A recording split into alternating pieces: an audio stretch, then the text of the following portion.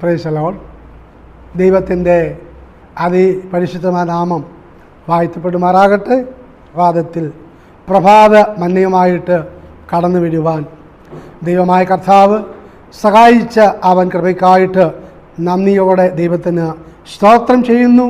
അല്പസമയ ചിന്തയ്ക്ക് വേണ്ടി വായിക്കുവാൻ ആഗ്രഹിക്കുന്ന വേദവാക്യം വെളിപ്പാട് പുസ്തകം 3-ാം അധ്യായം അതിൻ്റെ 10-ാം വാക്യമാണ്. അത് ഇപ്രകാരം വായിക്കുന്നു: സഹിഷ്ണുതയെക്കുറിച്ചുള്ള എൻ്റെ വചനം നീ കാത്തുകൊണ്ടതിനാൽ ഭൂമിയിൽ വസിക്കുന്നവരെ പരീക്ഷിക്കേണ്ടതിന് ഭൂതലത്തിൽ എങ്ങും വരുവാനുള്ള പരീക്ഷാകാലത്ത് ഞാനും നിന്നെ കാക്കും. ഇതിൻ്റെ തലക്കെട്ടായിട്ട് കൊടുക്കുവാൻ ആഗ്രഹിക്കുന്നത് പരീക്ഷാകാലം അഥവാ കഷ്ടകാലം. സ്തോത്രം. ഇവിടെ വായിച്ചതുപോലെ സഹിഷ്ണുതയെക്കുറിച്ചുള്ള എൻ്റെ വചനം നീ കാത്തുകൊണ്ടതിനാൽ ഭൂമിയിൽ വസിക്കുന്നവരെ പരീക്ഷിക്കേണ്ടതിന് ഭൂതലത്തിൽ എങ്ങും വരുവാനുള്ള പരീക്ഷാകാലത്ത് ഞാനും നിന്നെ കാക്കും എന്ന് പറഞ്ഞാൽ ദൈവത്തിൻ്റെ വ്യവസ്ഥ പ്രകാരം, ദൈവത്തിൻ്റെ വചനപ്രകാരം, ദൈവത്തിൻ്റെ ചട്ടപ്രകാരം, ദൈവത്തിൻ്റെ കൽപ്പന പ്രകാരം, ദൈവത്തിൻ്റെ വഴിയിൽ നേരായി ആരൊക്കെ നടക്കുന്നുവോ അവരെ പരീക്ഷാകാലത്ത് അഥവാ കഷ്ടകാലത്ത് ദൈവം അവരെ കാക്കുവാൻ ഇടയായിത്തീരും. ആർക്കും പ്രവർത്തിച്ചു കൂടാത്ത ഒരു രാത്രി, ഒരു ദിവസം വരാൻ പോകുകയാണ്. സ്തോത്രം. ആമേൻ. അത് വരും നിശ്ചയം. എന്നാൽ ആ പരീക്ഷയിൽ അകപ്പെട്ടു പോകുവാൻ, ആ ദുർദിവസത്തിൽ അകപ്പെട്ടു പോകുവാൻ, ആ പരീക്ഷാകാലത്തിൽ അകപ്പെട്ടു പോകുവാൻ ആരും ഇടയാകരുത്. സ്തോത്രം. ഇന്ന് ഞങ്ങളെ കേൾക്കുന്ന പ്രിയപ്പെട്ടവരെ, ഇന്ന് കാണുന്ന ഈ ലോകം ഇതെല്ലാം നശിക്കും. ഇന്ന് കാണുന്ന സകലതും അഗ്നിക്ക് ഇരയായിത്തീരുവാൻ ഇടയായിത്തീരും. ഇതെല്ലാം കത്തി ചാമ്പലായിത്തീരുവാൻ ഇടയായിത്തീരും. എന്നാൽ ബൈബിൾ പറയുന്നുണ്ട്, ദൈവ ഇഷ്ടം ചെയ്യുന്നവനോ എന്നേക്കും നിലനിൽക്കുമെന്ന്. സ്തോത്രം.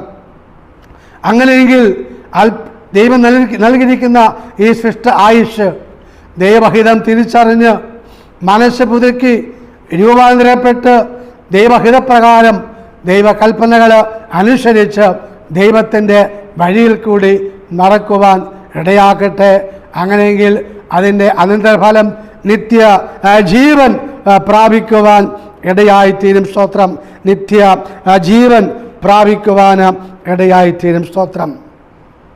2 പത്രോസ് 2-ാം അധ്യായം അതിൻ്റെ 9-ാം വാക്യത്തിൽ ഇപ്രകാരം വായിക്കുന്നുണ്ട്.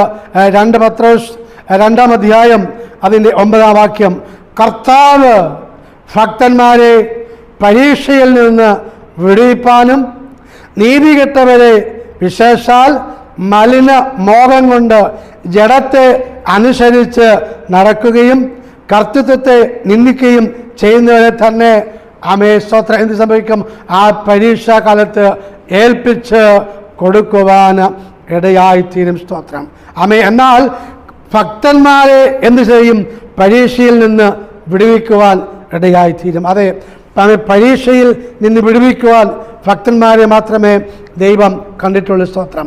അല്ലാത്തവരെ സ്തോത്രം നീതികെട്ടവരെയും മലിന മോഹങ്ങൾ കൊണ്ട് ജഡത്തെ അനുസരിച്ച് നടക്കുന്നവരെ അവരെയും നിത്യ നാശത്തിലേക്ക് തള്ളി ഇടുവാൻ ഇടയായിത്തീരും. എന്നാൽ ആരും നശിച്ചു പോകുവാൻ ദൈവം ആഗ്രഹിക്കുന്നില്ല. എല്ലാവരും യേശുവിലേക്ക് നോക്കി പാപങ്ങൾ ഏറ്റുപറഞ്ഞ് അനുദപിച്ച് മാനസാന്തരപ്പെട്ട് രക്ഷിക്കപ്പെടുവാനാണ് ദൈവം നാം എല്ലാവരെയും കുറിച്ച് ആഗ്രഹിക്കുന്നത്. സ്തോത്രം. യാക്കോബിൻ്റെ ലേഖനത്തിൽ ഇപ്രകാരം വായിക്കുന്നുണ്ട്. യാക്കോബ് 1:12 ഇപ്രകാരം വായിക്കുന്നുണ്ട്: പരീക്ഷ സഹിക്കുന്ന മനുഷ്യൻ ഭാഗ്യവാൻ, അവൻ കൊള്ളാകുന്നവനായി തെളിഞ്ഞ ശേഷം ദൈവം തന്നെ സ്നേഹിക്കുന്നവർക്ക് വാഗ്ദത്തം ചെയ്ത നിത്യജീവൻ പ്രാപിക്കുന്നത്. സ്തോത്രം. അതേ, ആ പാടാത്ത കിരീടം പ്രാപിക്കണമെങ്കിൽ സ്തോത്രം എന്ത് ചെയ്യണം?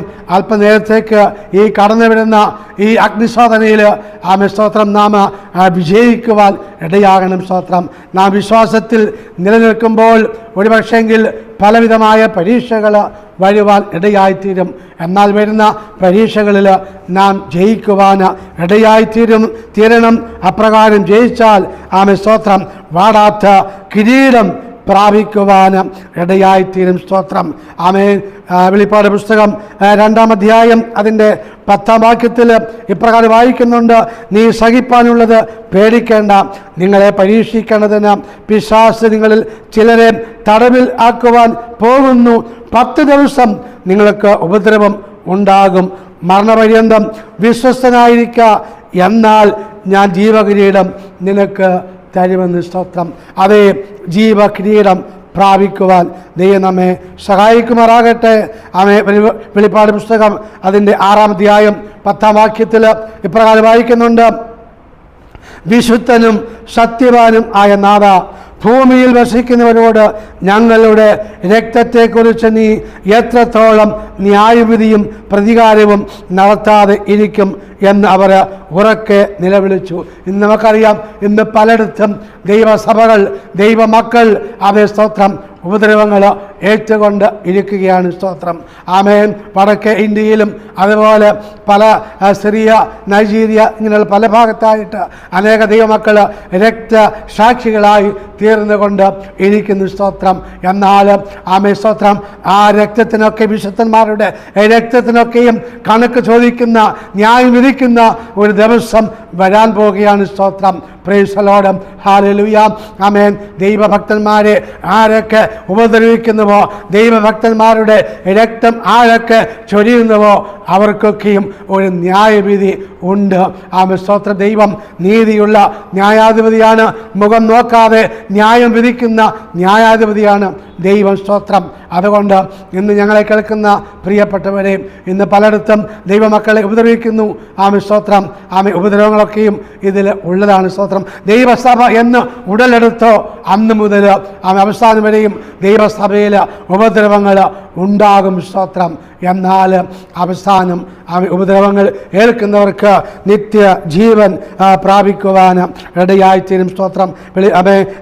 ലേഖനം 6-ാം അധ്യായം അതിൻ്റെ 13-ാം വാക്യത്തിൽ ഇപ്രകാരം വായിക്കുന്നുണ്ട്: അതുകൊണ്ട് നിങ്ങൾ ദുർദിവസത്തിൽ എതിർപ്പാനും സകലവും സമാപിച്ചിട്ട് ഉറച്ചു നിൽപ്പാനും കഴിയേണ്ടതിന് ദൈവത്തിൻ്റെ സർവായുധ വർഗം എടുത്തുകൊള്ളുവിൻ. ദൈവത്തിൻ്റെ സർവായുധ വർഗം എടുത്തുകൊള്ളുവിൻ. എന്താണ്?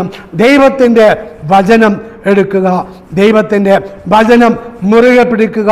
ദൈവത്തിൻ്റെ വചനം നമ്മെ കാക്കുവാൻ ഇടയായിത്തീരും. സ്തോത്രം. ഞങ്ങളെ കേൾക്കുന്ന പ്രിയപ്പെട്ടവരെ, ഒരു പരീക്ഷാകാലം വരാൻ പോവുകയാണ്. സ്തോത്രം.